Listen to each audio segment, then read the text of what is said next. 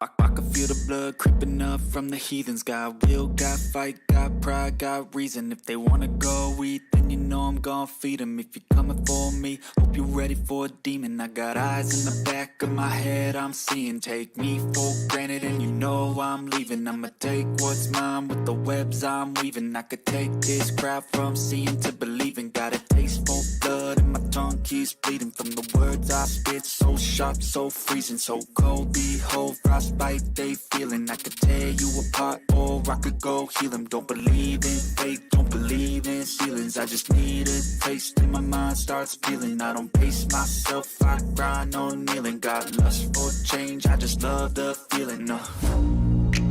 I ain't gonna give up. Got too little time, I'ma live up. Head down, push forward through the tough times. Cause anything worth doing is a tough climb.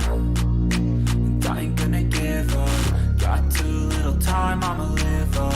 Head down, push forward through the tough times. Cause anything worth doing is a tough climb. Cause I'ma live life for the fight, yeah, I'm here to get it. I got drive, got sight, always have a vision. I go by at night, I be in my feelings. I'ma be fine, need time, and I'll soon be winning. I live life for the fight, yeah, I'm here to get it. I got drive, got sight, always have a vision. I go by at night, I be in my feelings. I'ma be fine, need time, and I'll soon be winning. I can feel the blood creeping up from the heathens. Got will, got fight, got pride, got reason. If they wanna go eat, then you know I'm gon' feed them. If you're coming for me, hope you're ready for a demon. I can feel the blood creeping up from the heathens. Got will, got fight, got pride, got reason. If they wanna go eat, then you know I'm gon' feed them. If you're coming for me, hope you're ready for a demon.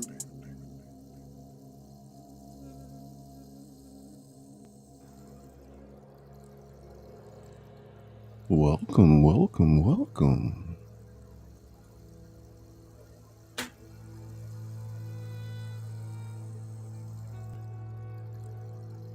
I'd like to welcome you to Scully Pop, where the entertainment doesn't stop.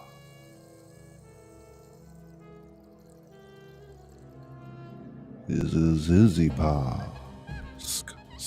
Izzy Scud. Izzy Scud. Check, check, sound check, check, check. There's Maureen at the crochet story. Maureen, Scud.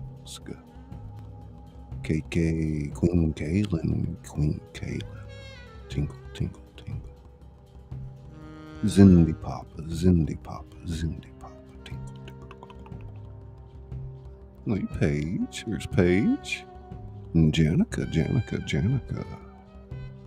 Welcome.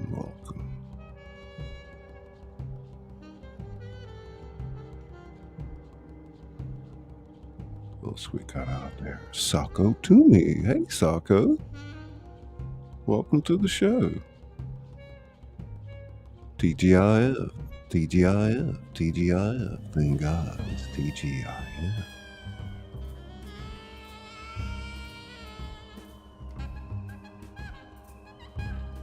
Sean, good morning. Tingles.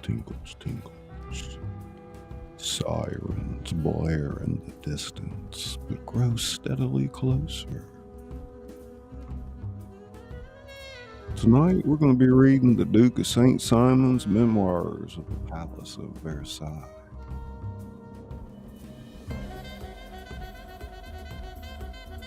Susie B. Super lady.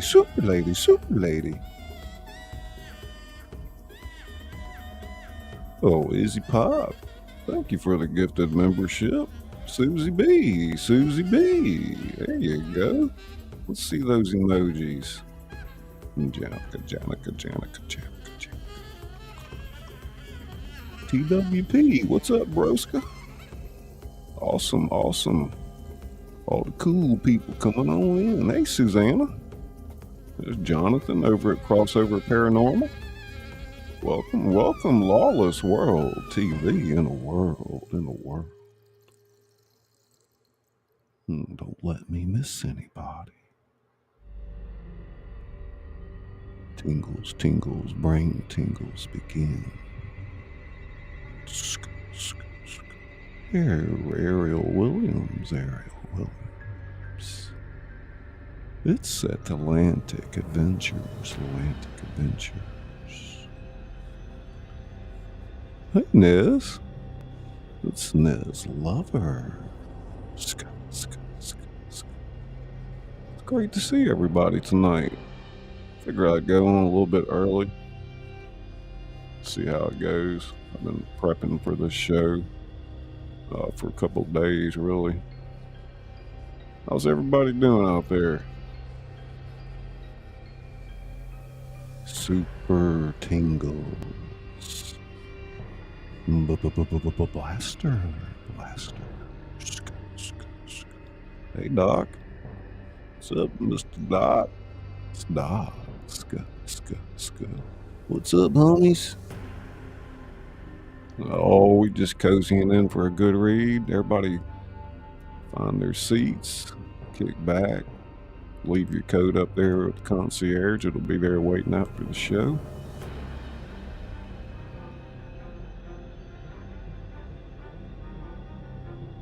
Tingle, tingle, tingle, tingle, tingle, tingle. They're coming in. Share it out.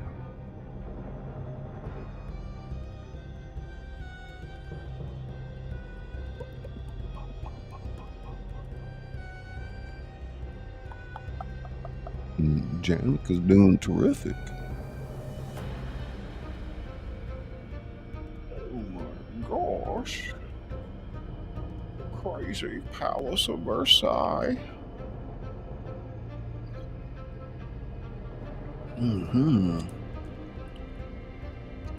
Susie B. You see those emojis, Susie? We got a bunch of them. Look like that. When you gonna do that Three's Company skit? Oh, we're gonna do that pretty soon. Janica, Izzy Ska, and PD, and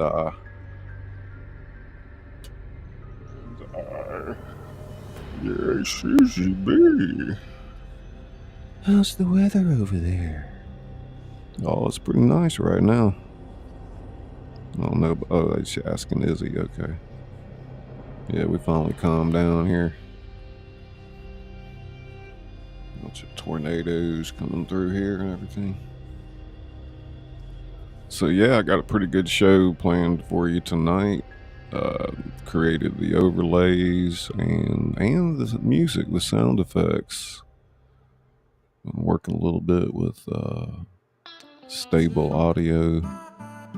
How we sounding out there? Pretty good.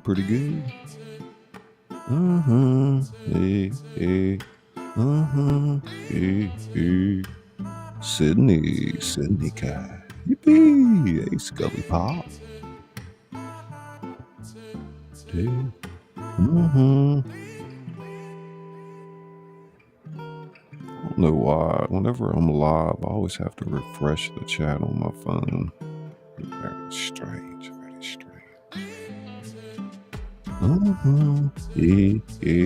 Sydney. Sydney. Hey, thank you so much, Sydney. I got the little cat sticker there. It's cute. Meow, boom, chickle, meow. Kitty.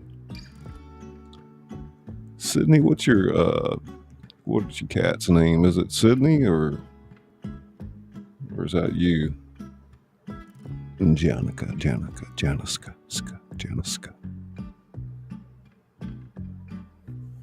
I like their YouTube stickers. Pretty neat. Ooh.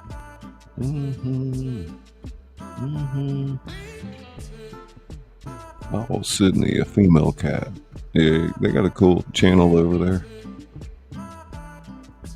Yeah.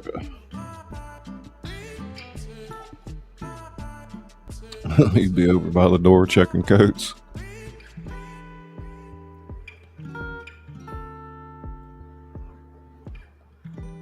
Yes, we run a clean show. You will be frisked at the front door.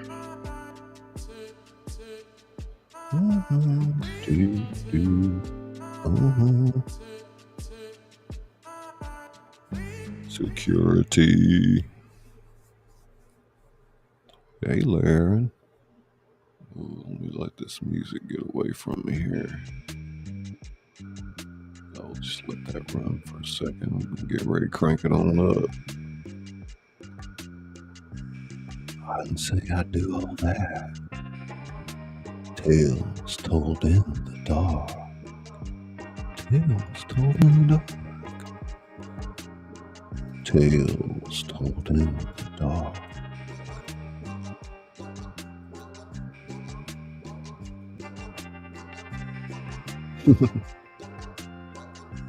You gonna frisk them.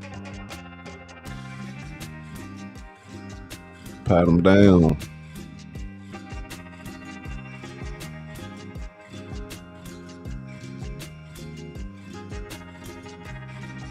Bong smokers on the back road.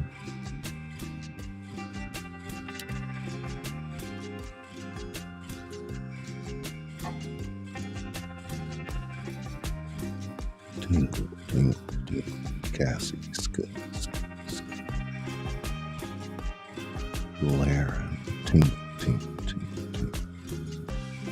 TGIN, TGIN, TGIN.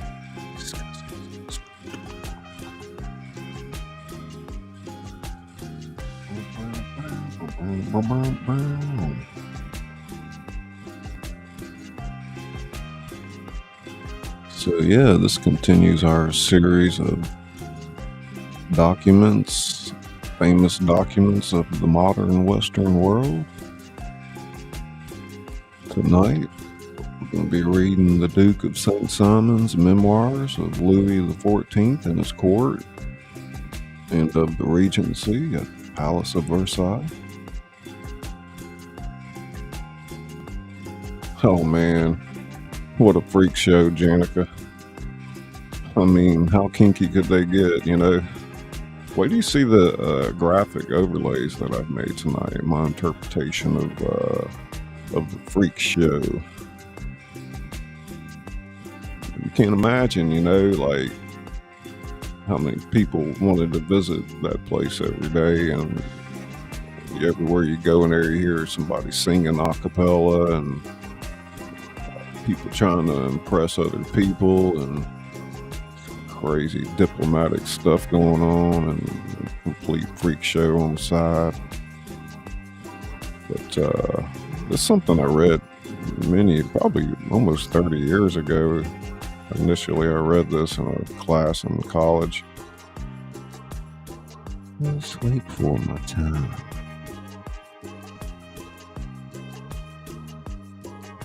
Oh, Sydney, I don't know how y'all get those fonts like that. It's crazy. Scully Pop ASMR merch is here. Yeah, so I guess I'm about ready to get cranked up. Y'all ready? Buckle up. It's quite the ride. We'll see you on the other side. Oh, thank you, Susanna.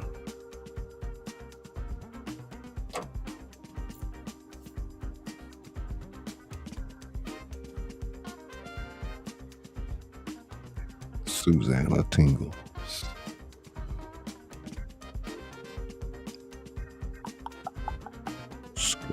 Susanna. Hey, blood. What's up, buddy? My broska, moderator extraordinaire. Blood dragoon.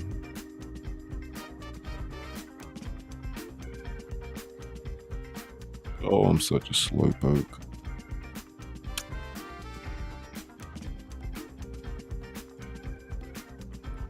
Sean, how you doing, buddy?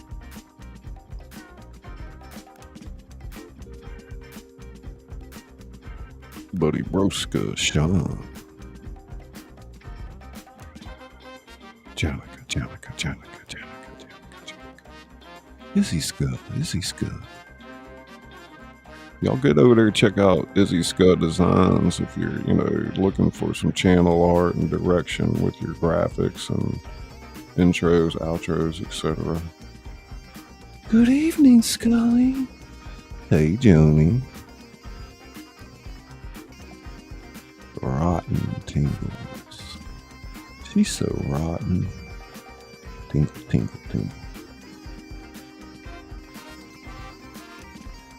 But yeah, he made another banner for Janica. Cool. DJ, what's up, bro? Hey, Derby Jack, Christian Blues. Blessings all. Blessings to you.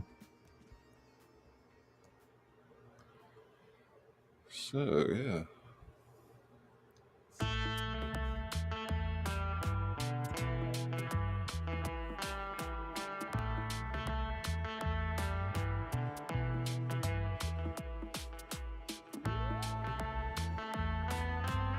Peter the Great was a guest at the Palace of Versailles, bashing back to Russia.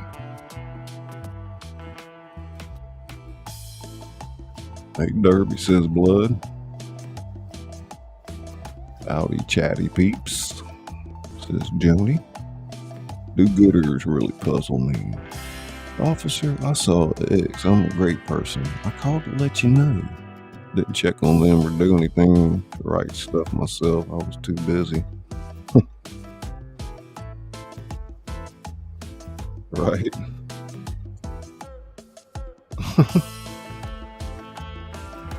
You listening, Jonathan? Cool. I'm about to crank it up here. Let's see.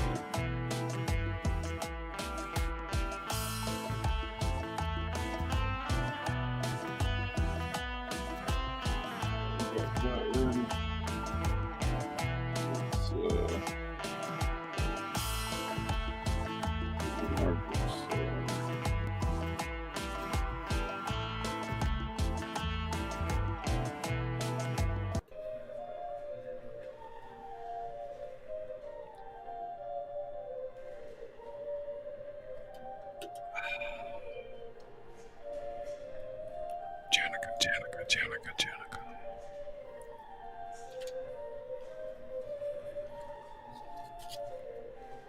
See, we all sit here. All sit. Y'all get ready. Keep my phone right. Hey, sweet Melissa. I'm listening while I do chores. Not as fun when I get to sit and join the chat. Welcome.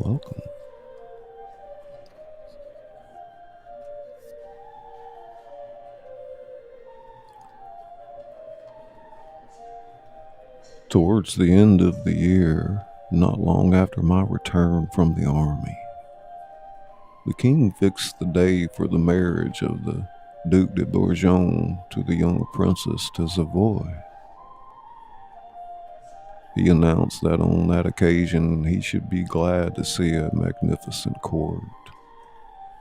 And he himself, who for a long time had worn only the most simple clothing, ordered the most superb. This was enough. No one thought of consulting his purse or estate. Everyone tried to surpass his neighbor in richness and invention. Gold and silver scarcely sufficed.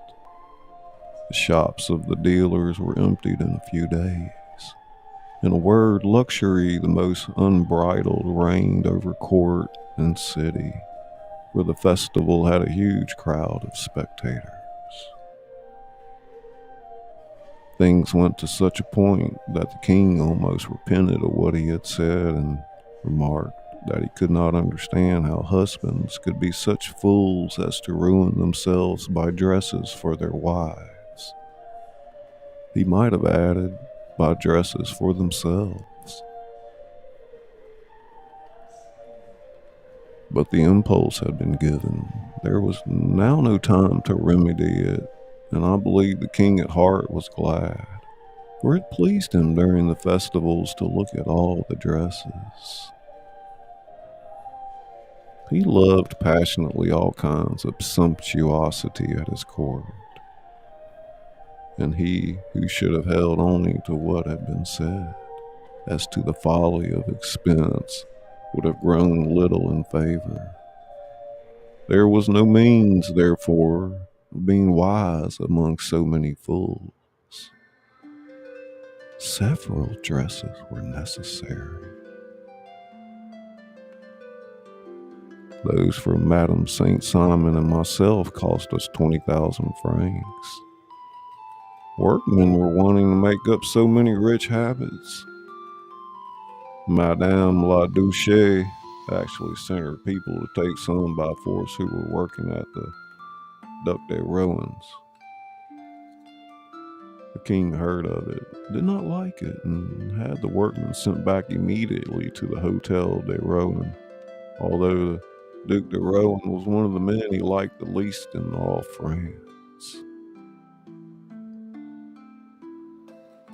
The king did another thing which showed that he desired everybody to be magnificent. He himself chose the design for the embroidery of the princess. The embroiderer said he would leave all his other designs for that. The king would not permit this. It caused him to finish the work he had in hand, and to set himself afterwards at the other, adding that it was not ready in time. The princess could do without it.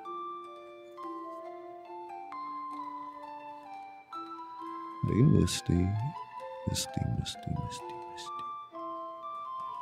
I know I'm going to butcher some of these French names.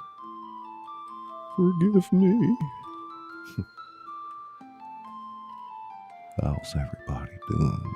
Super lady. Tingle.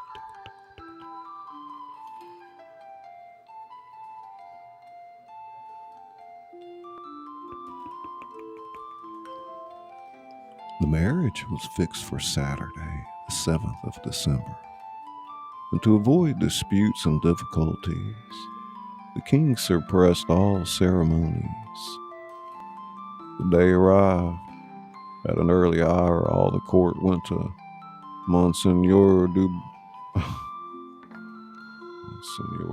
Duc.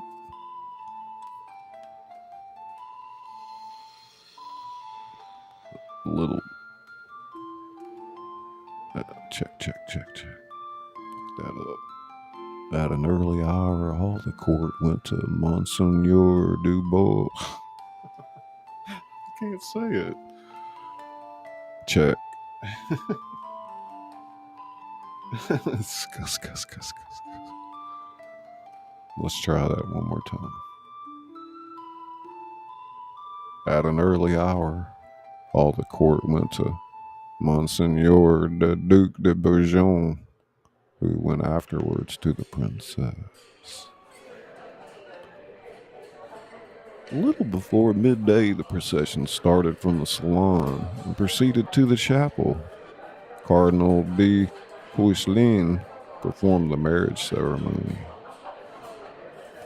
As soon as the ceremony was finished, a courier ready at the door of the chapel started for Turin. The day passed wearily. The King and Queen of England came about 7 o'clock in the evening, and some time afterwards supper was served. Upon arising from the table, the princess was shown to her bed, none but ladies being allowed to remain in the chamber.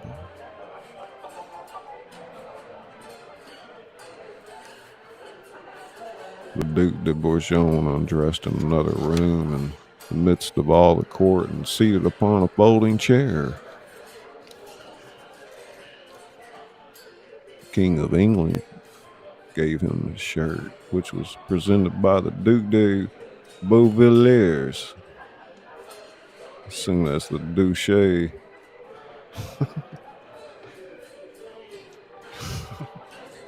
I'm sorry, this is funny. As soon as the Duchess de Bourgogne was in bed, the Duc de Bourgogne entered and placed himself at her side in the presence of all the court.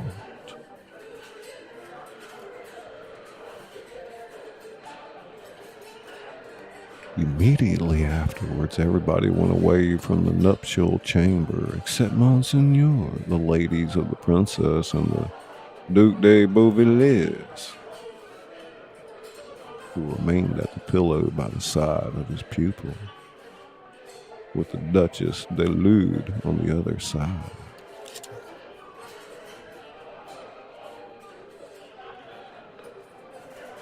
Monseigneur stopped in a quarter of an hour talking with the newly married couple. Then he made his son get up after having told him to kiss the princess, in spite of the opposition of the Duchess de Lude. As it proved, too, her opposition was not wrong. The king said he did not wish that his grandson should kiss the end of the princess's finger until they were completely on the footing of man and wife. Monsieur le Duc de Bourgogne, after this, redressed himself in the antechamber and went to his own bed as usual.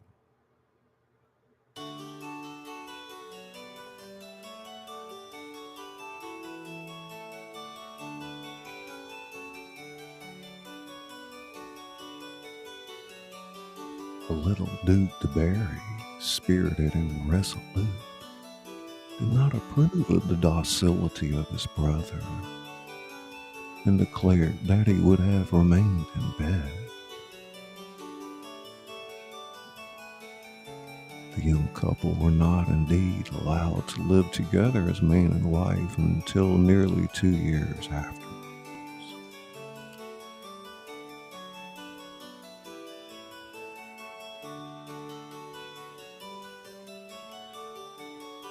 First night that this privilege was granted them, the king repaired to their chamber, hoping to surprise them as they went to bed.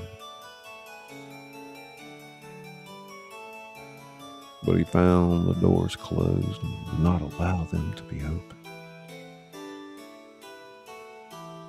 The marriage festival spread over several days. On the Sunday, there was an assembly in the apartments of the new Duchess de Bourgogne. It was magnificent by the prodigious number of ladies seated in a circle, or standing behind the stools, gentlemen in turn behind them, and with the dresses of all beautiful. It commenced at 6 o'clock. King came at the end and led all the ladies into the saloon near the chapel, where was a fine collection of foods and music. At 9 o'clock, he conducted Monsieur and Madame la Duchesse de Bourgogne to the apartment of the latter, and all was finished for the day. The princess continued to live just as before, and the ladies had strict orders never to leave her alone with her husband. Sydney. Yeah, he must have been exhausted, huh?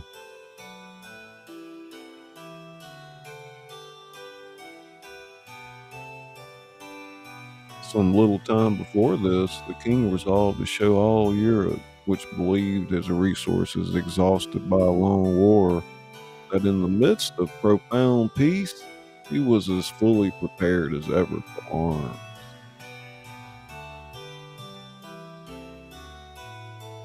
He wished at the same time to present a superb spectacle to Madame de Maintenon, under pretext of teaching the young Duc de Bourgogne his first lesson in war.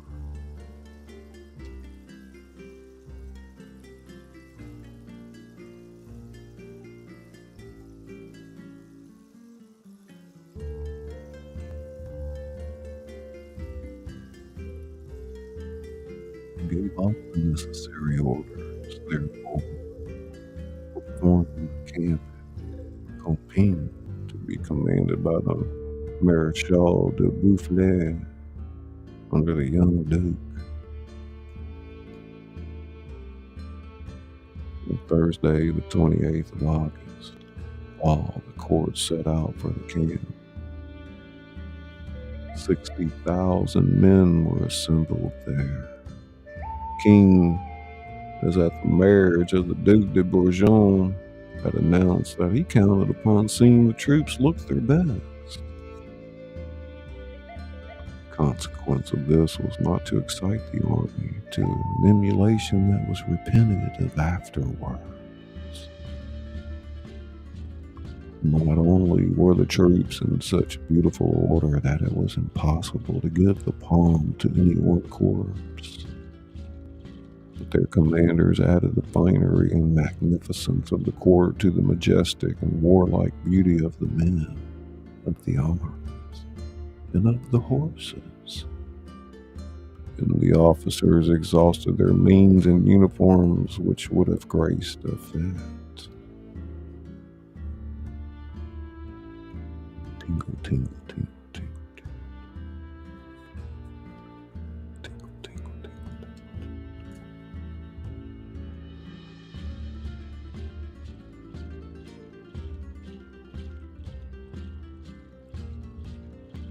tingle. There was fancy folk. Super lady, super lady.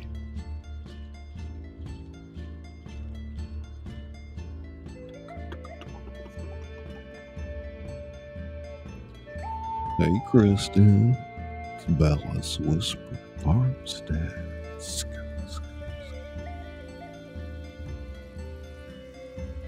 Colonels and even simple captains kept open table, but the Maréchal de Boufflers outstripped everybody by his expenditure. But his magnificence and his good taste never was seen as a spectacle so transcendent, so dazzling. It must be said, so terrifying.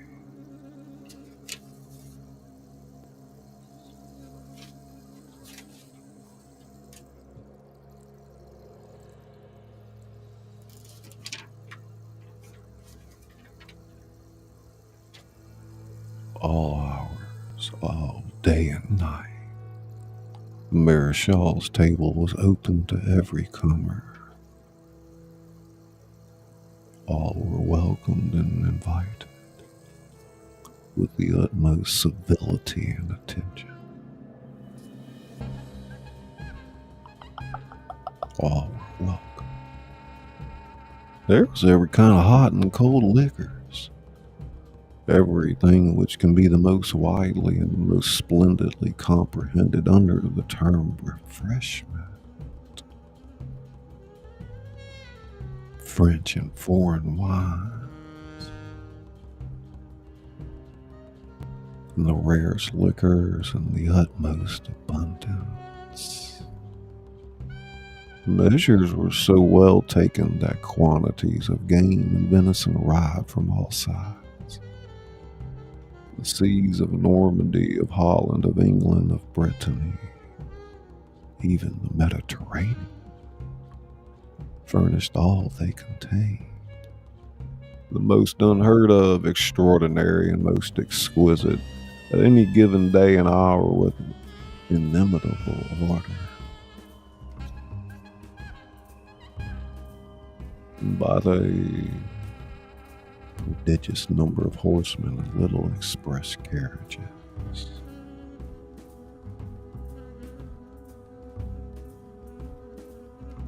Even the water was fetched from the St. Rhine, and the sign from springs the most esteemed. And it is impossible to imagine anything of any kind which was not at once ready for the obscurest as for the most distinguished visitor.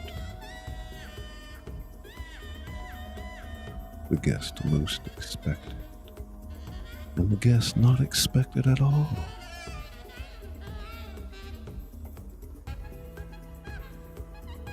Wooden houses and magnificent tents stretched all around. number sufficient to form a camp of themselves.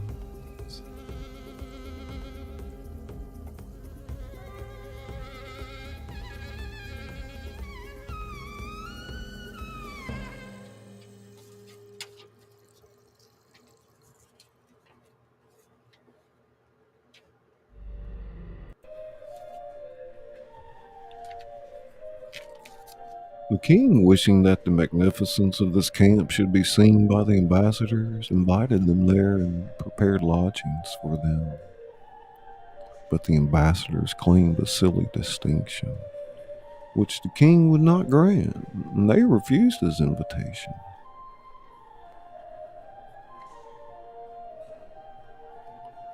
This distinction I call silly because it brings no advantage with it of any kind. I am ignorant of its origin, but this is what it consists in. When, as upon such an occasion as this, lodgings were allotted to the court,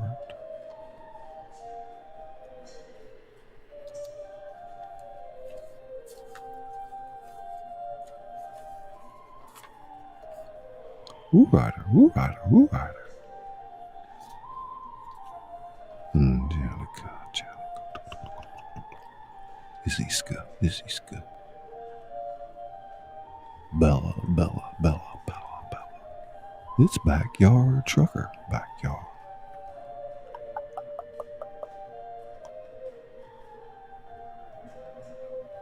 So, super ladies. Me and Cassidy get exhausted after we super shard on super villains. Sydney cat.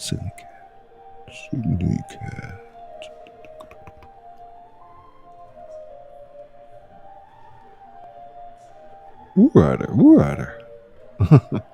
Yeah, right.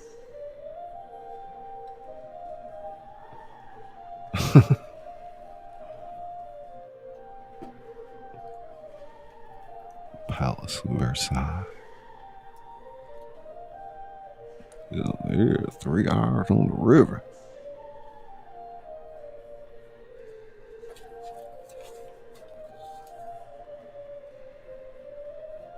Yeah, that's cool.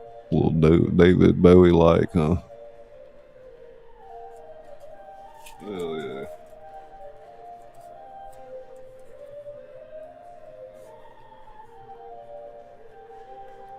King Louis the 14th.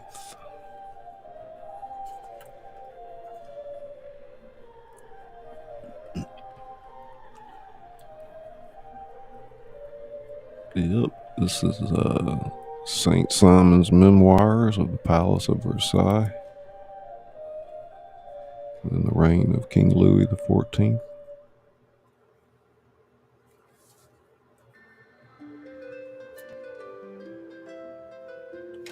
A little harp music I made. It was supposed to have some chatter in the background, but I don't know, the engine couldn't quite understand my prompt, so yeah, you like the art, Sydney?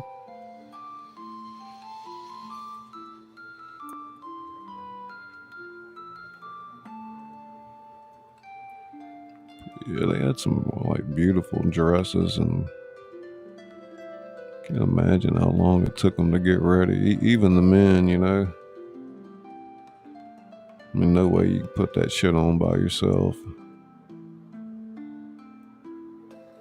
Hey, Judas. Thanks for coming in.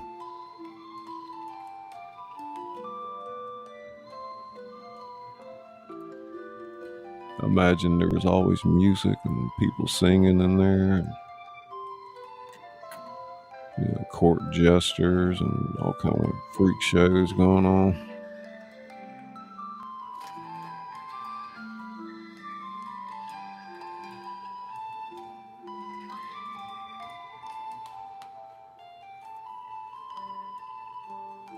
Probably people want to get in there day and night.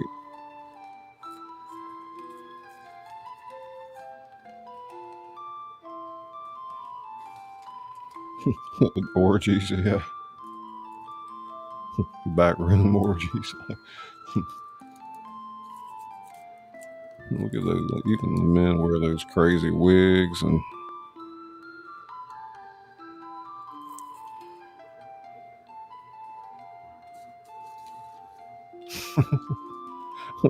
some of their faces, they look worn out. Some of them's looking worn out. Look at that.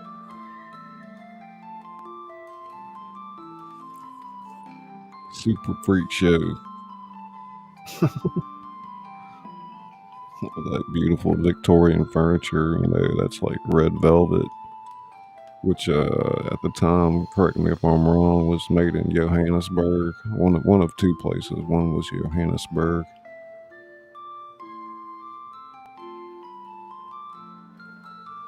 Backyard. Ska.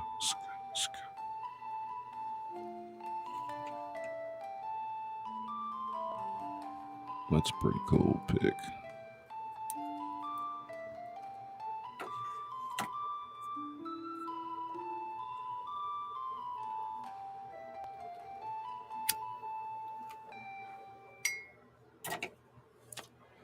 How you like it, Laren?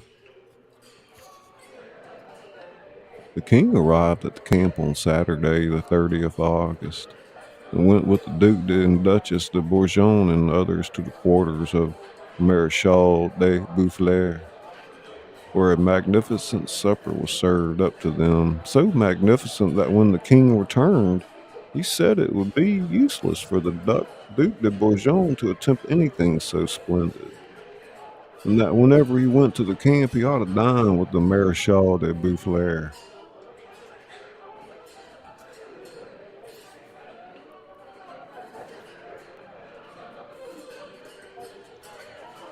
In effect, the king himself soon after dined there and led to the Marechal's table the King of England, who was passing 3 or 4 days in the camp. On these occasions, the king pressed Maréchal de Boufflers to be seated. He would never comply, but waited upon the king while the Duc de Gramont, his brother-in-law, waited upon Monseigneur.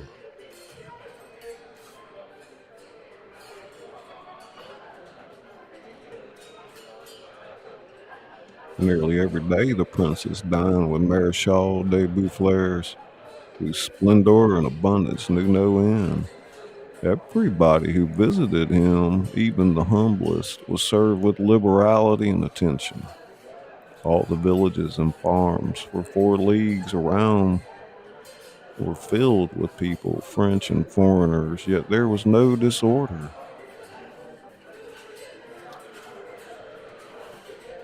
The gentlemen and valets at the Maréchal's quarters were of themselves quite a world, each more polite than his neighbor, and all incessantly engaged from 5 o'clock in the morning until 10 and 11 o'clock at night, doing the honors to various guests.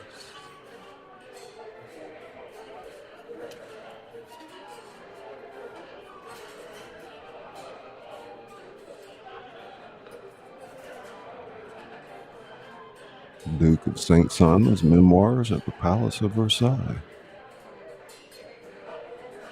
I returned in spite of myself to the Maréchal's generosity, because whoever saw it cannot forget, or even cease to be in a state of astonishment and admiration at its abundance and sumptuousness, or at the order, never deranged for a moment at a single point, that prevailed.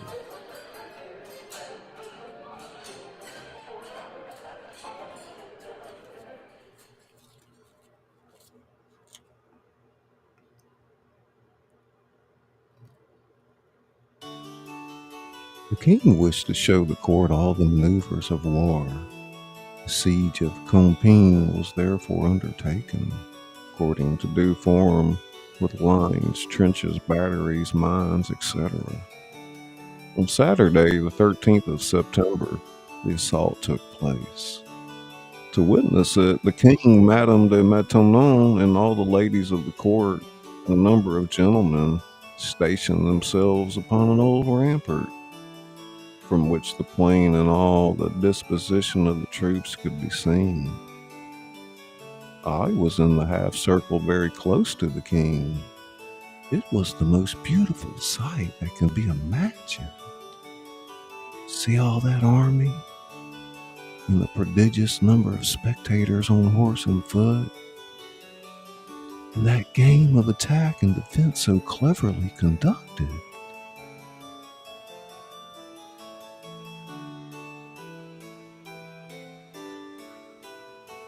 Freaks.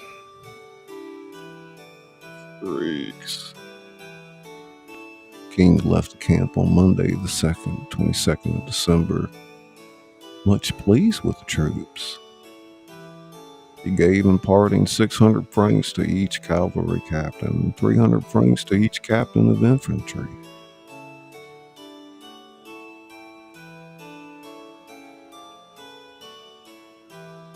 All these gifts together amounted to something, but separately were as mere drops of water. There was not a single regiment that was not ruined, officers and men, for several years. As for the Marshal de Boufflers, I leave it to be imagined what 100,000 francs were to him whose magnificence astounded all Europe, described as it was by foreigners who were witnesses of it, and who day after day could scarcely believe their own eyes.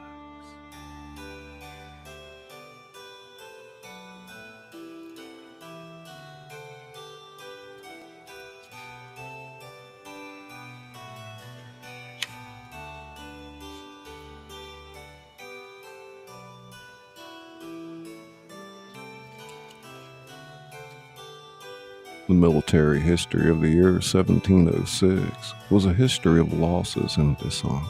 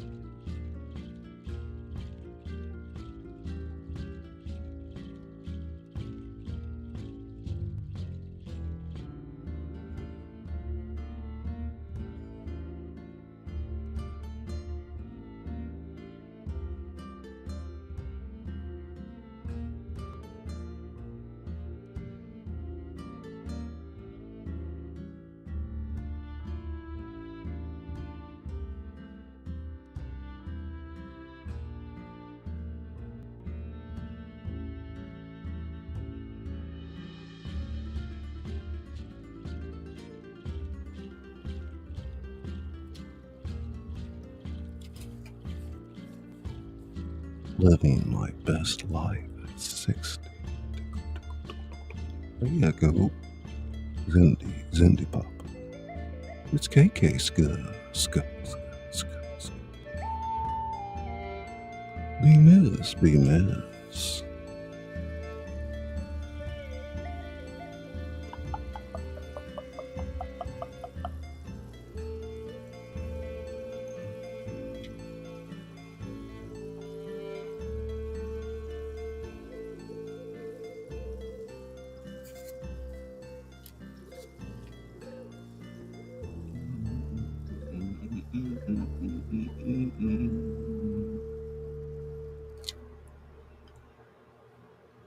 Yeah, brain tingles.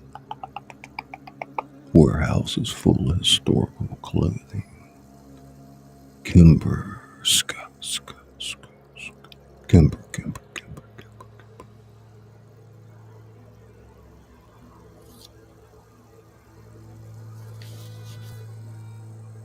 Mining speculator named Rhodes, having pretended that he had discovered many veins of gold in the Pyrenees.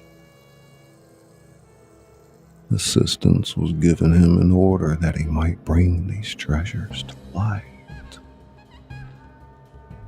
He declared that with 1,800 workmen he would furnish 1,000,000 francs worth of gold each week.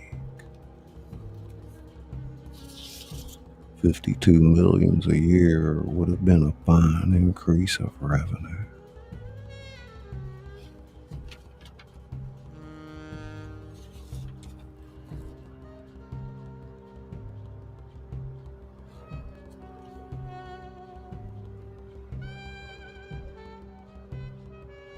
Well, the sum of all that, let us perish together. The necessity for money had now become so great that all sorts of means were adopted to obtain it. Tax was established upon baptisms and marriages. Poor people and many of humble means baptized their children themselves without carrying them to the church, and were married at home by reciprocal consent before witnesses, when they could find no priest who would marry them without formality.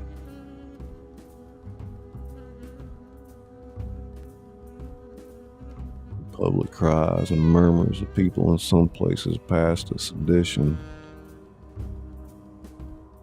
It was found necessary to suspend the operation of the tax.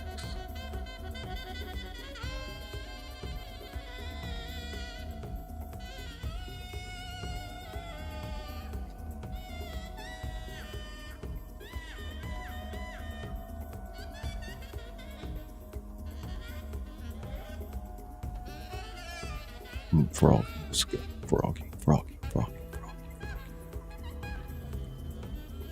tinkle, tinkle, tinkle.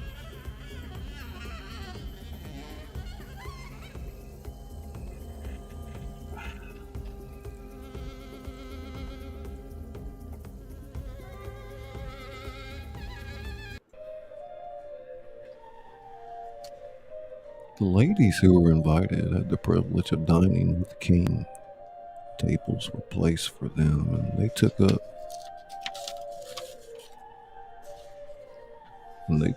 positions according to their rank.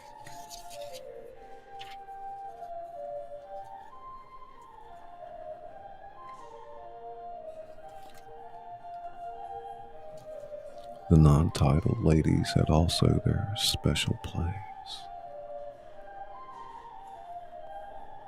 It so happened one day that Madame de Torcy, an untitled lady, placed herself above the Duchess de Duras, who arrived at table a moment after her. Madame de Torcy offered to give up her place, but it was a little late and the offer passed away in compliments. The king entered, put himself at table. As soon as he sat down, he saw the place Madame de Torcy had taken, and fixed such a serious and surprised look upon her that she again offered to give up her place to the Duchess de Duras, but the offer was again declined. All through the dinner, the king scarcely ever took his eyes off Madame de Torcy, said hardly a word, bore a look of anger that rendered everybody very attentive.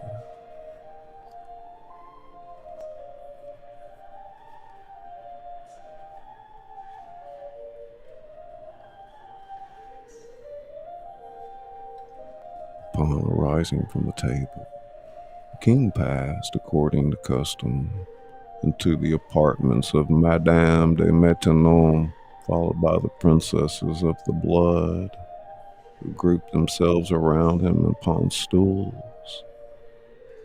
The others who entered kept at a distance.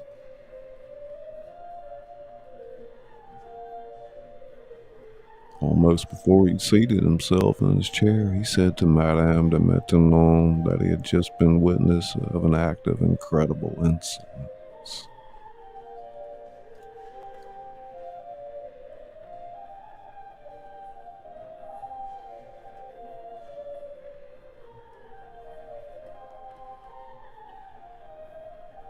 The news of what had taken place and of the king's anger soon spread all over the court. It was believed, however, that all was over and that nothing more would be heard of the matter. Yet the very same evening, the king broke out again with even more bitterness than before.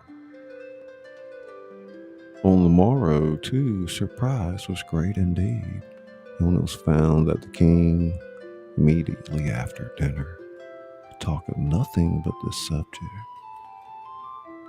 and that too without any softening of tone.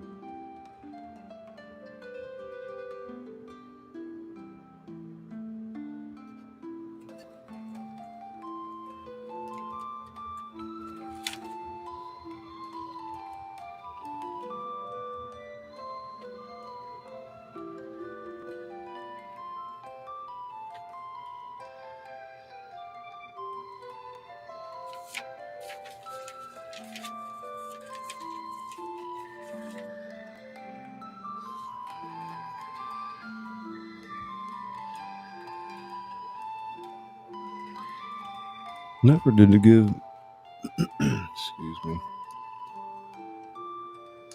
Never did man give with better grace than Louis XIV. Never did man sell to better profit his words, even his smiles, nay his looks. Never did disobliging words escape him. If he had to blame, to reprimand or correct, which was very rare, it was nearly always with goodness, never with anger or severity.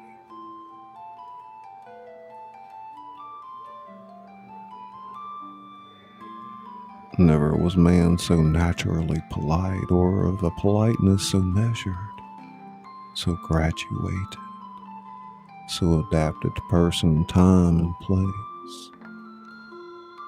Towards women, his politeness was without parallel. For ladies, he took his hat off completely, but to a greater or lesser extent, for titled people, half off, holding it in his hand or against his ear.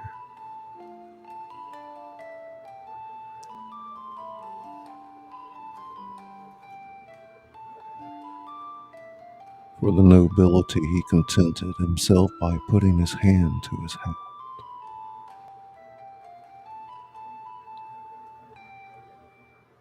All of this was out of doors, for in the house he was never covered.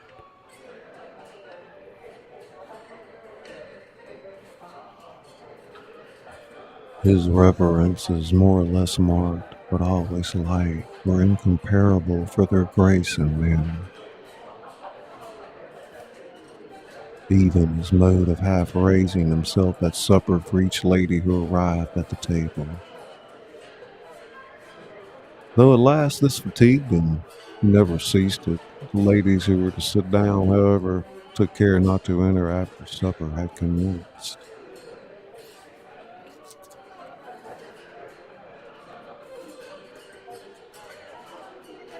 Hey, Frostbite. What's up, buddy? Geospatial principalities. All good, is he? We may have to go get some juice. It's getting dry and out of juice. Put that on the trailer for a minute. Let's mark my place there.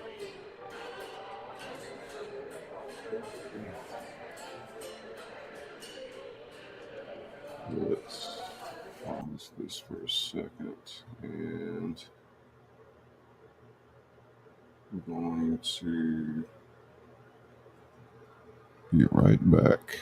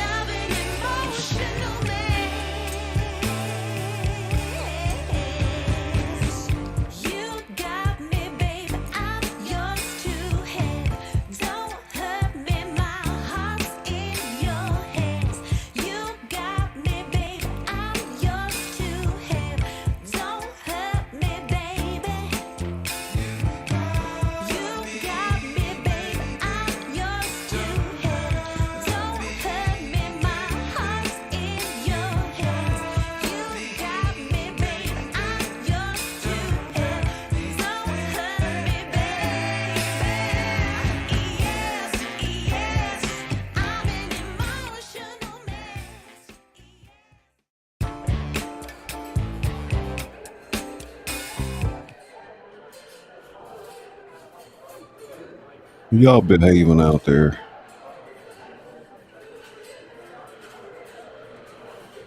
The NDT show. What's up, Nathan?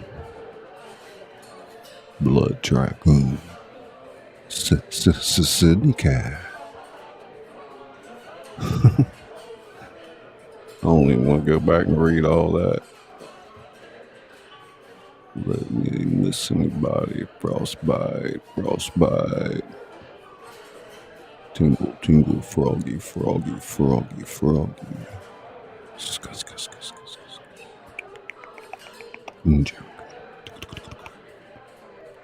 Kimberska.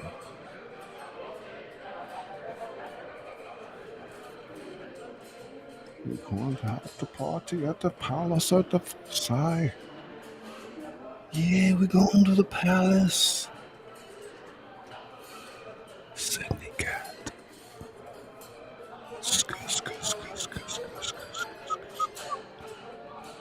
Tonight we're reading the Duke of St. Simon's Memoirs of the Palace of Versailles under King Louis XIV's reign. Yeah. Never go back.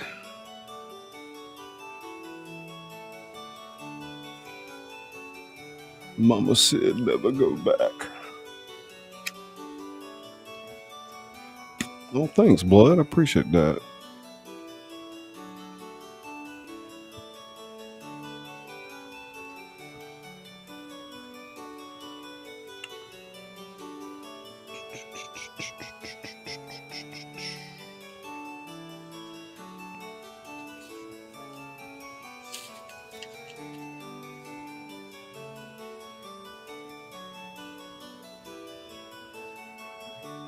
If he was made to wait for anything while dressing, it was always with patience. He was exact to the hours that he gave for all his day, with a precision clear and brief in his orders.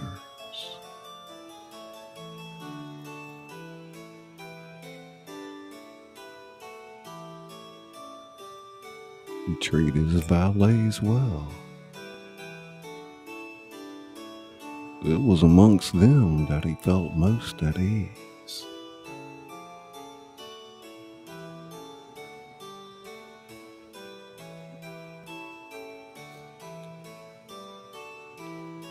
The king loved air and exercise. He had excelled in dancing and at tennis and croquet. On horseback he was admirable, even at a late age. He liked to see everything done with grace and address. To acquit yourself well or ill before him was a merit or a fault. He said that with things not necessary, it was best not to meddle, unless they were done well.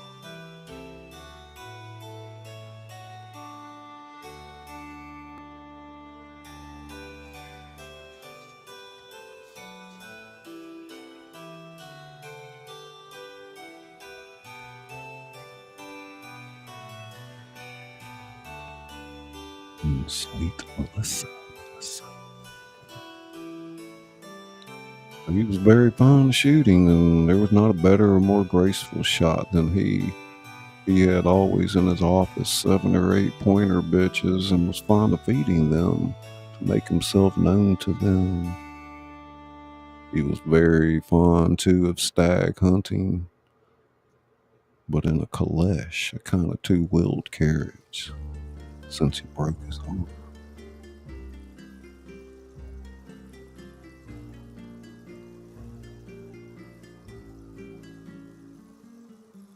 He rode along alone in a species of box drawn by 4 little horses, with 5 or 6 relays, and drove himself with an address and accuracy unknown to the best coachman.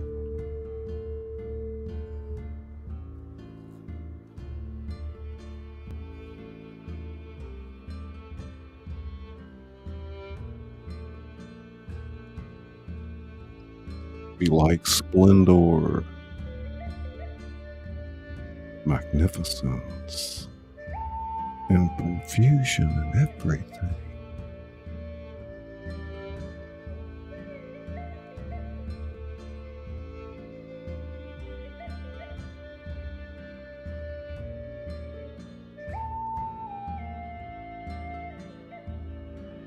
But he liked to subjugate nature by art and treasure.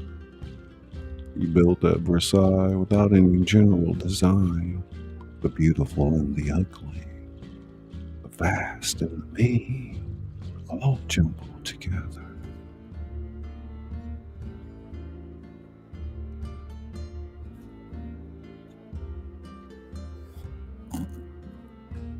The gardens, astonished by their magnificence, but cause regret by their bad taste.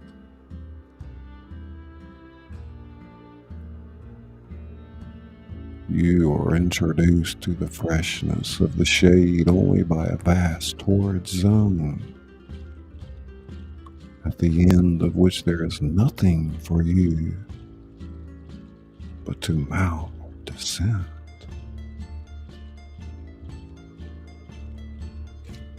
And with the hill, which is very short, terminate the gardens.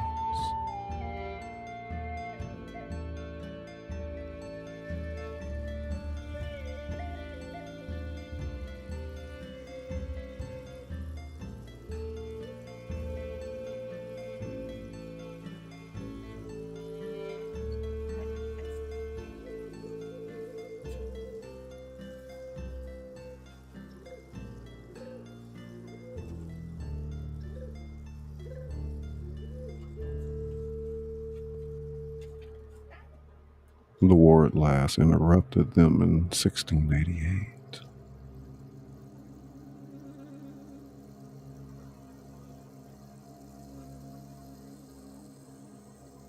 The hills were pared and cut down to give at least the semblance of a view, and fine, what with buildings, gardens, waters, aqueducts,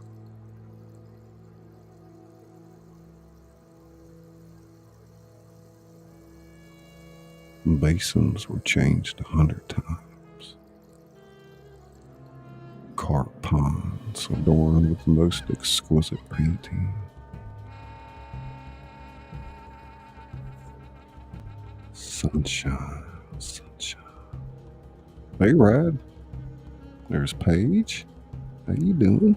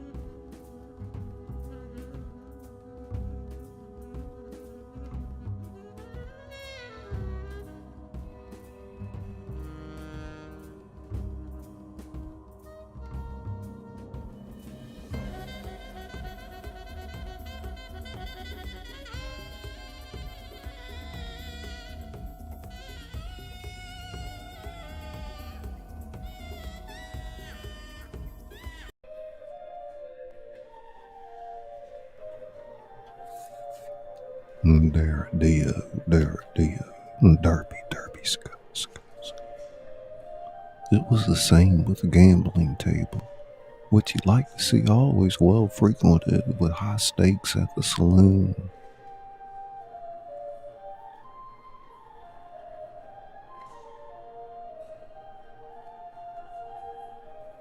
Sometimes when there was no counsel, he would make presents of stuff or of silverware or jewels to the ladies by means of a lottery, for the tickets of which they paid nothing.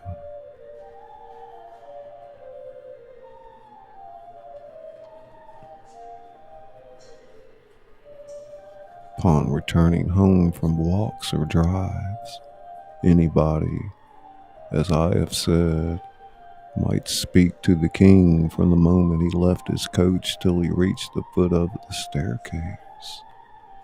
He changed his dress again and rested in his cabinet an hour or more.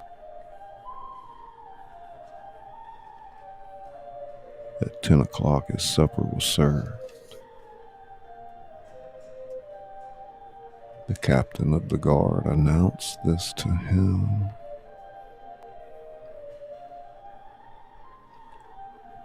A quarter of an hour after the king came to supper, and from the antechamber of Madame de Maintenon to the table again, anyone spoke to him who wished.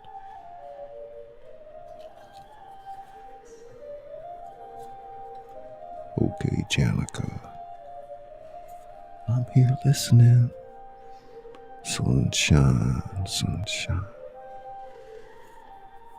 How you doing, Paige? Izzy ska, Izzy ska, ska, ska.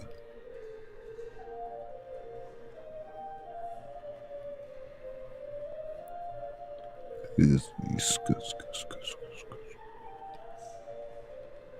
You doing okay? Good, good.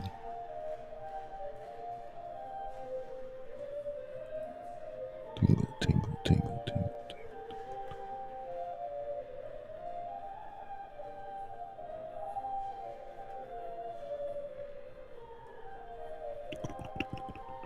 Kitty, kitty, kitty, kitty, kitty.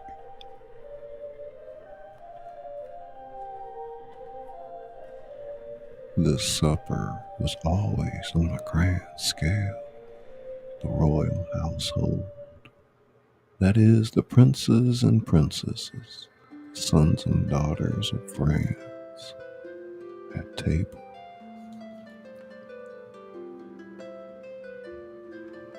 A large number of ladies present, sitting or standing.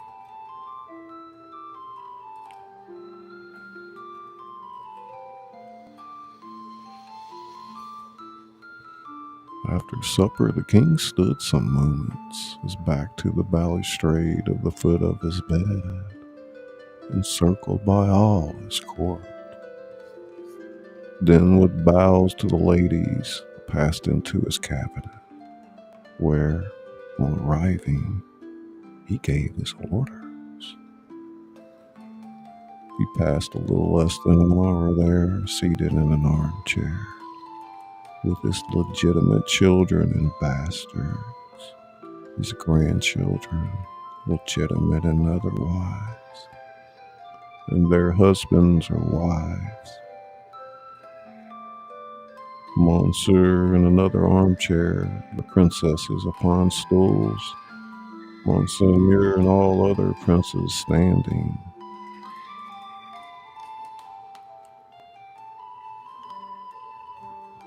The king, wishing to retire, went and fed his dogs, then said good night, passed into his chamber to the side of his bed, where he said his prayers, and in the morning then undressed.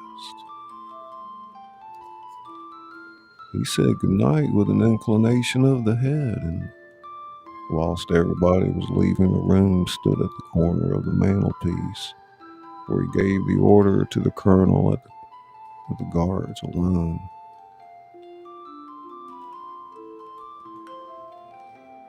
Then commenced what was called the petit cocher, at which only the specially privileged remained.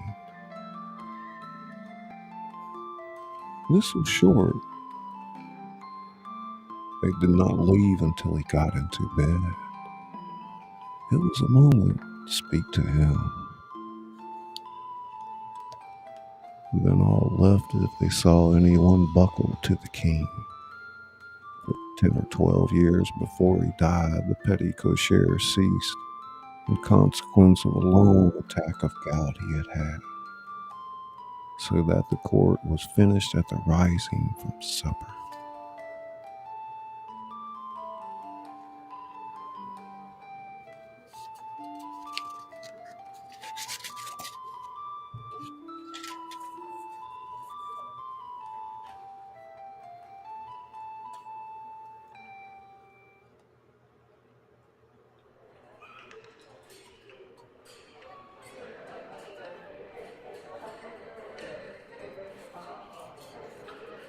On medicine days, which occurred about once a month, King remained in bed, then heard mass.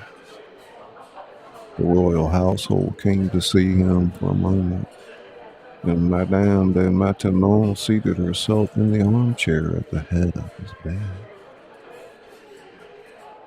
The king dined in bed about 3 o'clock, everybody being allowed to enter the room, then rose, and only the privileged remained.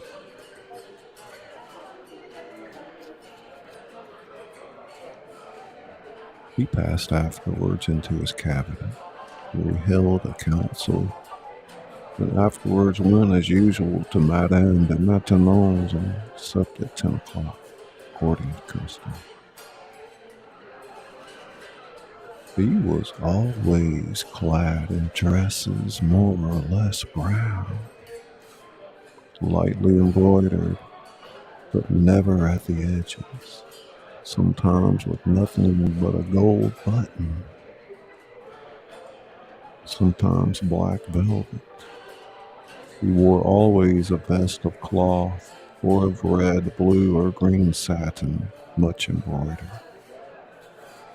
He used no ring and no jewels, except in the buckles of his shoes, garters, and hat, the latter always trimmed with Spanish point with a white feather. He had always the cordon bleu outside, except at fetes, where he wore it inside with 8 or 10 million of precious stones attached.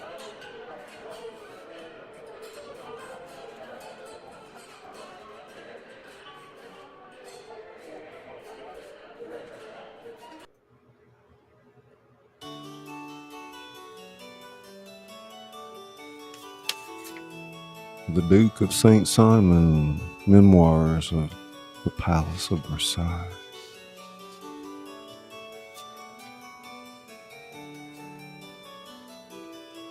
Woo rider. What's up, buddy? Woo. Sure. Ooh, that about wore me out. My voice was about to blow. Sydney, thank you for coming in. Oh, Jesus. My voice flattening out on me. Hey, Mark.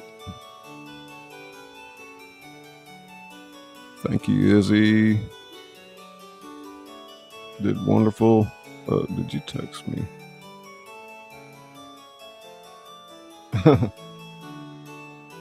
Did Dirty come in? He said, he said he got a dirty outside. Pretty dirty. Okay, he's probably getting cleaned up out there, cleaning up with his plants. Spoonful of honey. Bear Dio. Froggy Scud. Page of cheddar burger and chicken. Oh my God, it smells good. I'm starving. I didn't quite get to eat before the stream. So that was another famous document of the modern Western world.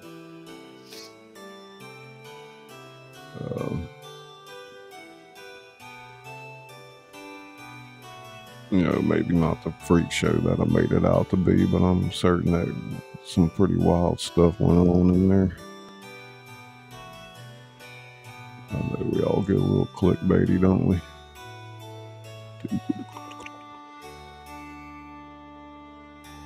Oh no, Scully Pop, you better eat. Yeah, I'm gonna eat something. I just don't know what.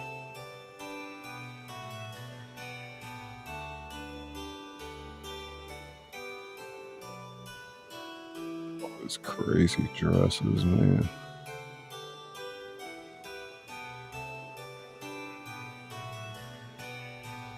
God, I'm kind of fucked. Is that fun running here?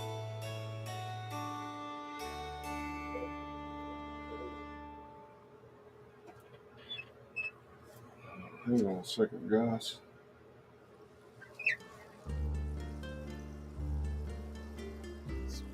Bug flying around in my studio. Shit.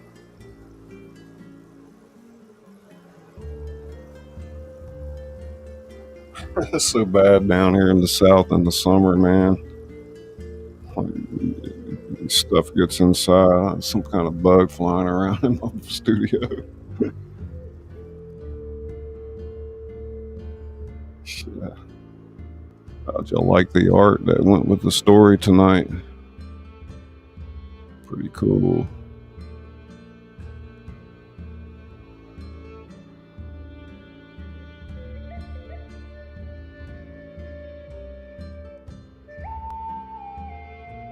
I just can't imagine dressing up, putting those wigs on, you know, as a man, putting all that on, wigs and makeup and dresses. That probably the stuff that they wore, you know, cost a fortune back in those days to most people. Yeah, you like it, Jenica?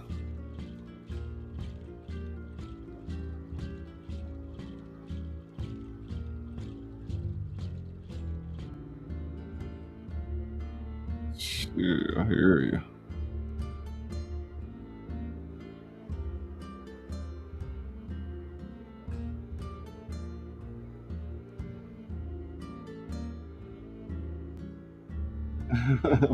Yeah, that's the art, missing out stuff.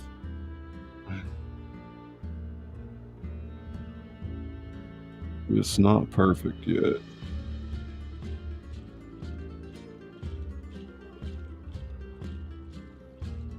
Like Tiffany,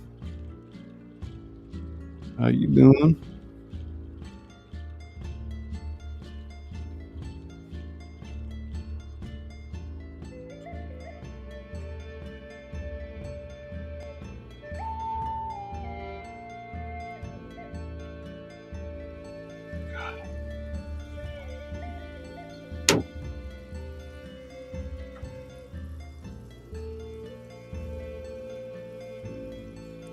Swap that thing.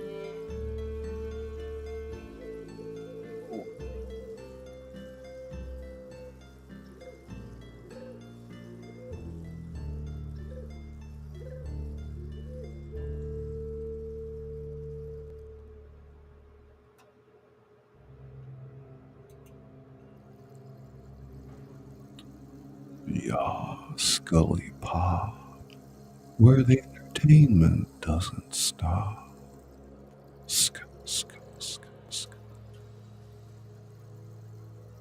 OG sunshine. Ting, ting, ting, ting, ting.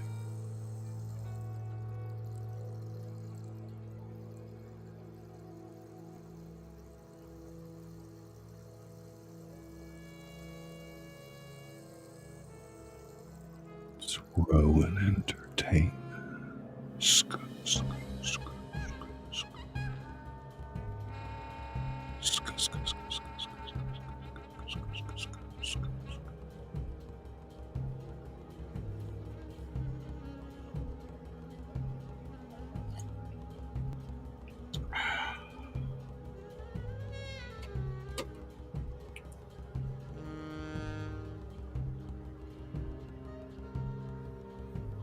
Froggy,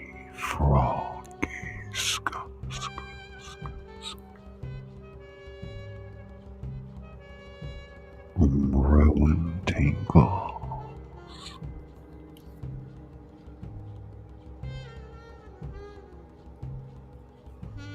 Sunshine, shine.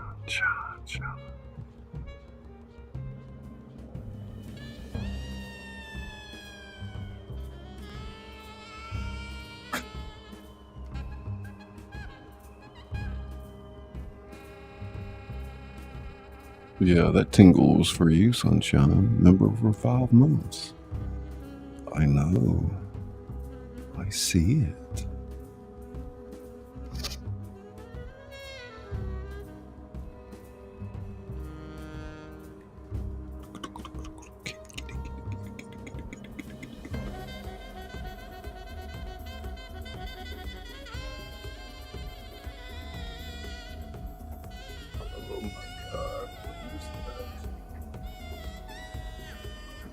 Crazy something flying around in here.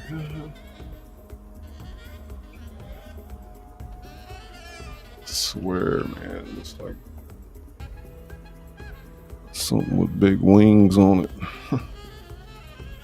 Kimmy Kims. Kimmy.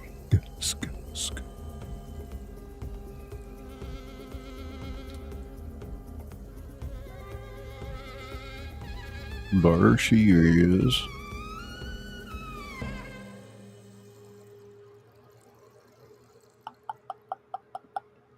There's Izzy Scully. Frogs.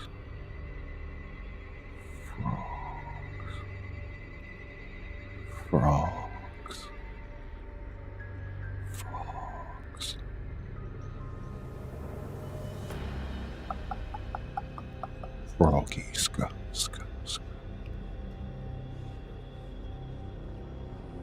Kimmy Tingles.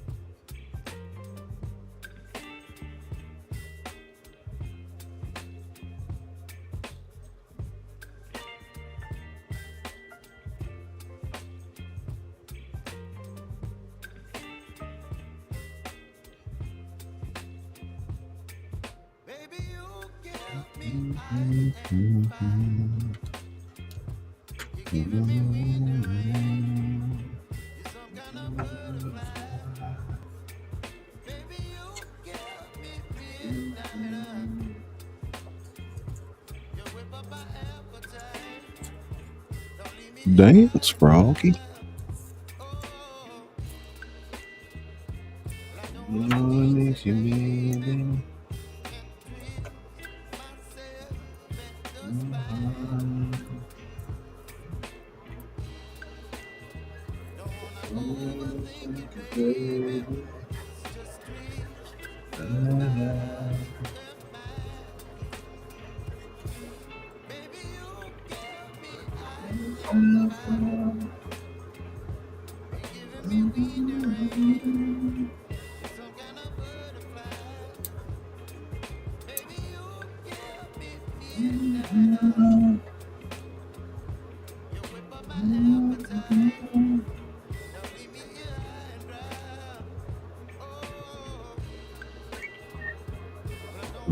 Jinx it, baby.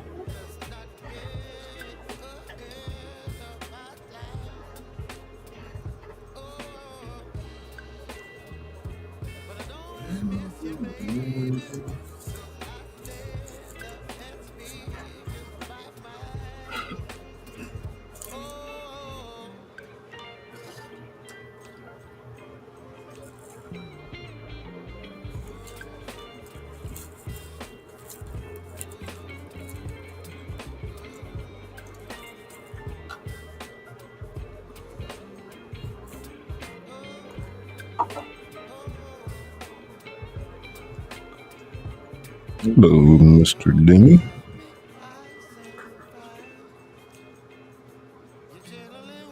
Scully in chat. So what y'all got going on later? Anybody going live? Distracted me imagery. Demi Scott.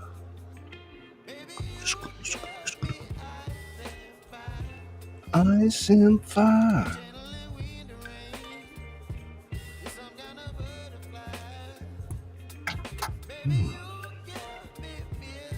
One time.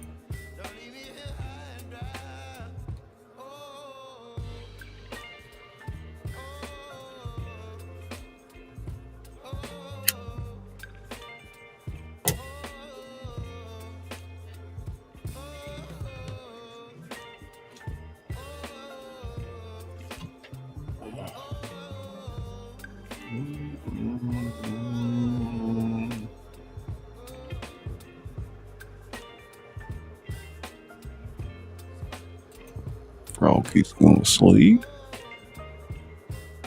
Probably.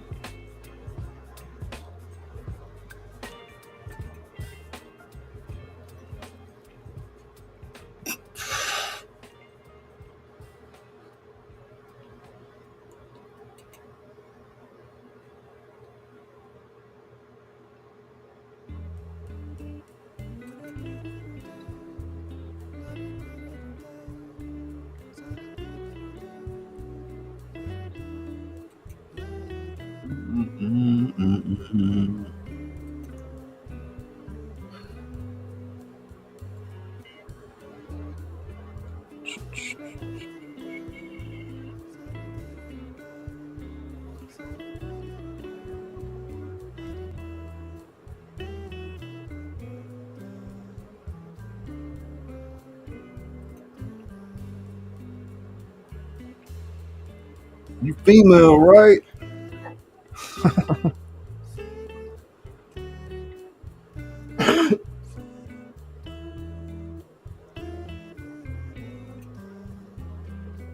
Huh?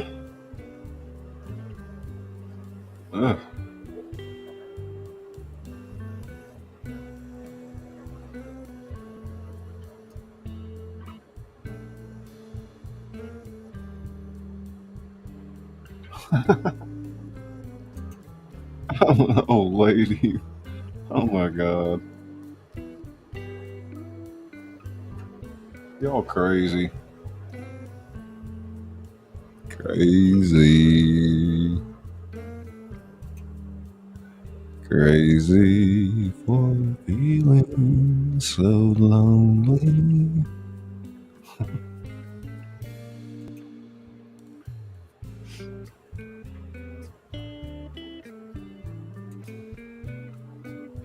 Hey, buddy.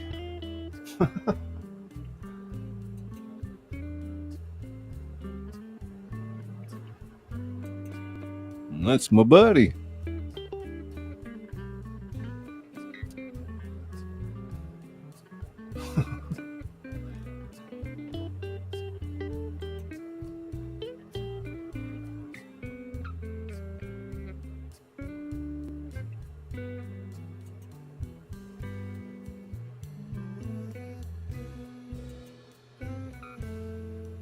What?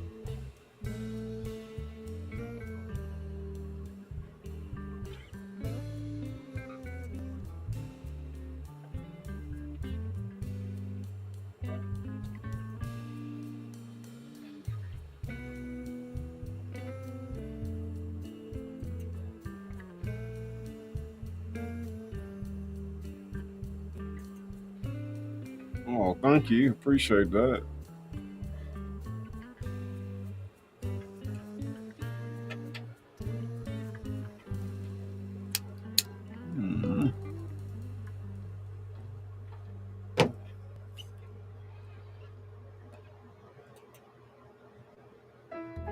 Win.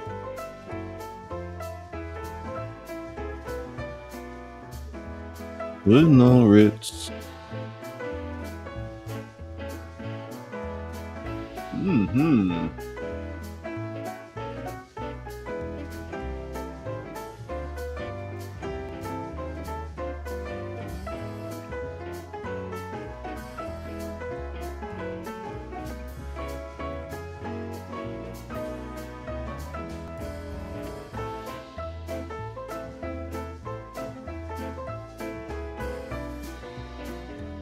Mm-hmm.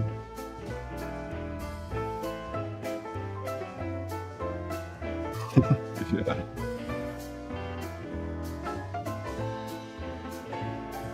Janica dancing? Dance.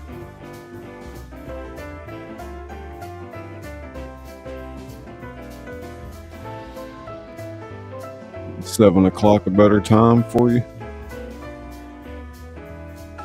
No, Ritz.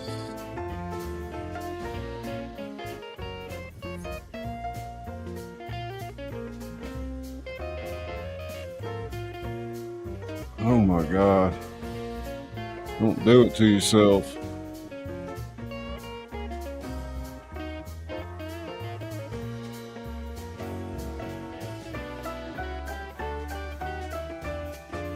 Hey, Laren, thank you so much for coming in.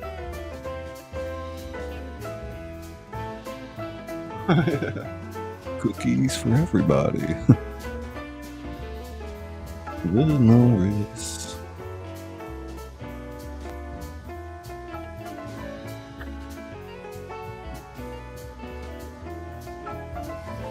Will he return? That is the question.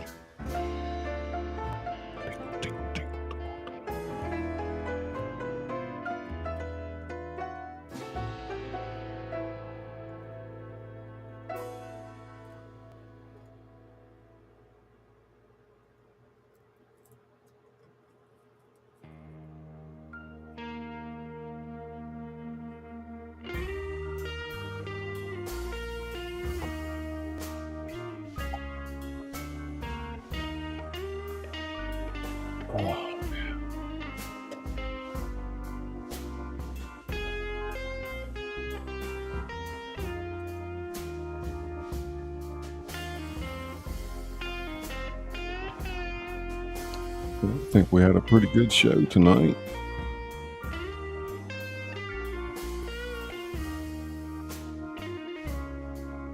Thank you all for coming out.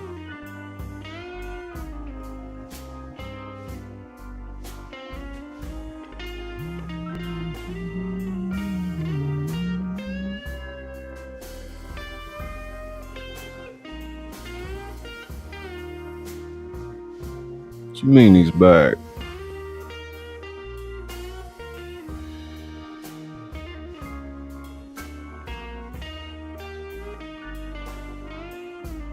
He's back.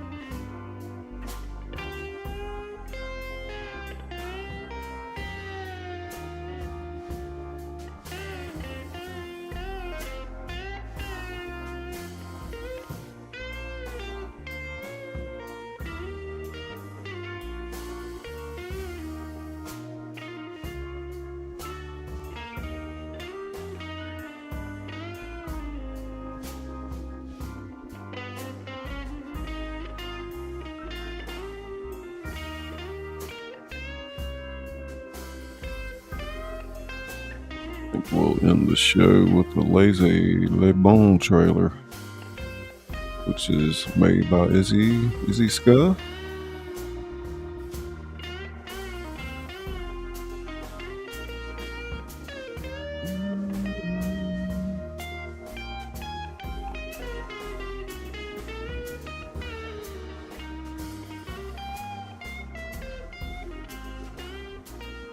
Thank you, Paige.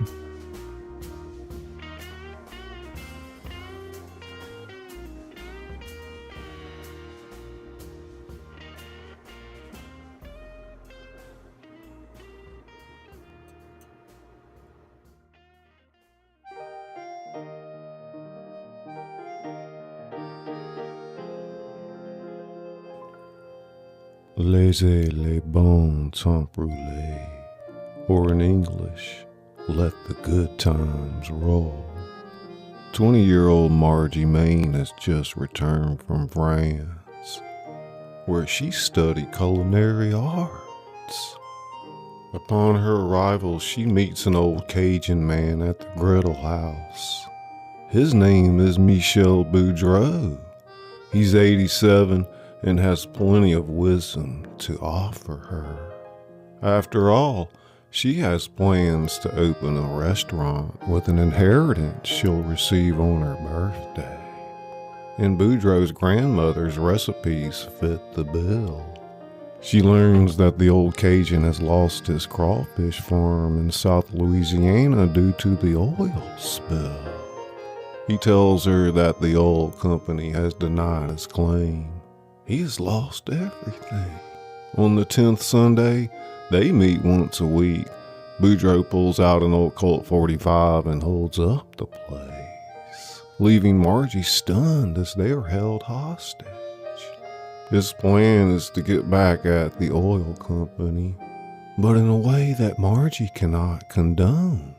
Intrigue, extortion, gut-wrenching drama, a thriller of the 7 deadly sins versus the oil company.